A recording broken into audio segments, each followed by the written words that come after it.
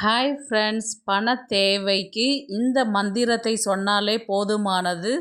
மந்திரம் சொன்ன அடுத்த நொடியே உங்களுக்கு பணம் வர ஆரம்பிக்கும். நேரம் கிடைக்கும் போதெல்லாம் இந்த மந்திரத்தை சொல்லிக்கொண்டே இருந்தாலே போதும். வீட்டில் லக்ஷ்மி கடாட்சம் நிரம்பி வழியும், சந்தோஷம் பொங்கி வழியும், வீட்டில் அமைதி நிலவும்.